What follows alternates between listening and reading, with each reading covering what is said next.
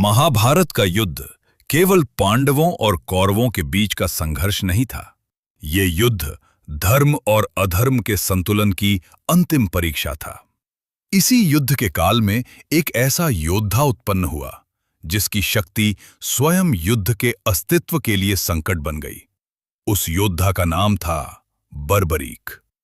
बर्बरीक का जन्म और कुल स्कंद पुराण के अनुसार बर्बरीक भीम के पौत्र और घटोत्कच के पुत्र थे। माता थी मोरवी। घटोत्कच राक्षस कुल से थे, इसलिए बर्बरीक का जन्म भी रक्षों के वंश में माना गया। परंतु स्कंद पुराण ये स्पष्ट करता है कि राक्षस कुल में जन्म लेना अधर्म का प्रमाण नहीं है।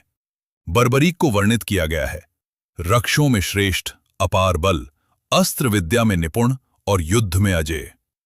बर्बरीक की शक्ति स्कंद पुराण में बर्बरीक को साधारण योद्धा नहीं कहा गया। उनके पास ऐसी सामर्थ्य थी कि यदि वे युद्ध में उतरते तो युद्ध शीघ्र समाप्त हो सकता था। किसी भी पक्ष की विजय सुनिश्चित हो जाती और धर्म का प्राकृतिक संतुलन नष्ट हो जाता। युद्ध जो धर्म की स्थापना के लिए होना था, वो सिर्फ शक्ति प्रदर्शन बनकर रह जाता। महाभारत और धर्म का संकट। महाभारत का उद्देश्य केवल जीत हार नहीं था। ये युद्ध इस बात के लिए था कि धर्म स्वयं अपने मार्ग से विजयी हो। यदि कोई ऐसा योद्धा युद्ध में उतर जाए जो किसी भी ओर से युद्ध का परिणाम बदल सके, तो युद्ध न्याय संगत नहीं रह जाता। यहीं पर बर्बरीक धर्म के लिए समस्या बनते हैं। श्री कृष्ण का हस्तक्षेप स्कंद पुराण में स्पष्ट है कि जब बर्बरीक की शक्ति का ज्ञान हुआ तो स्वयं श्री कृष्ण ने इस विषय में विचार किया।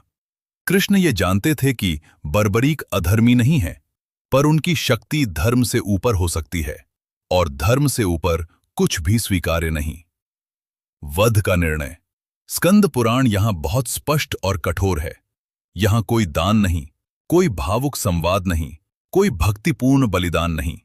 ग्रंथ कहता है धर्म की रक्षा के लिए श्री कृष्ण ने बर्बरीक का वध किया। ये वध क्रोध में नहीं, प्रतिशोध में नहीं, बल्कि धर्म संतुलन के लिए किया गया कर्म था। गर्दन काटने का प्रसंग।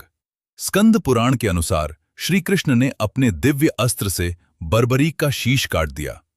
यह घटना इस बात का प्रतीक है कि जब शक्ति धर्म से बड़ी हो जाए तो स्वयं भगवान भी उस शक्ति को समाप्त कर देते हैं।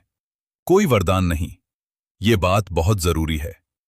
स्कंद पुराण में न बर्बरीक को कलयुग में पूजे जाने का वरदान है, न उनके शीश के पूजन का वर्णन है, न खाटू, न श्याम, न मंदिर का उल्लेख। ग्रंथ यहीं समाप्त हो जाता है। स्कंद पुराण का संदेश इस कथा का उद्देश्य किसी को देव बनाना नहीं है। राजस्थान और शेखावाटी क्षेत्र में इसी कथा ने भक्ति का रूप ले लिया। वध को स्वेच्छा बलिदान कहा गया और बर्बरीक खाटू श्याम कहलाए। पर यह लोक आस्था है, स्कंद पुराण नहीं।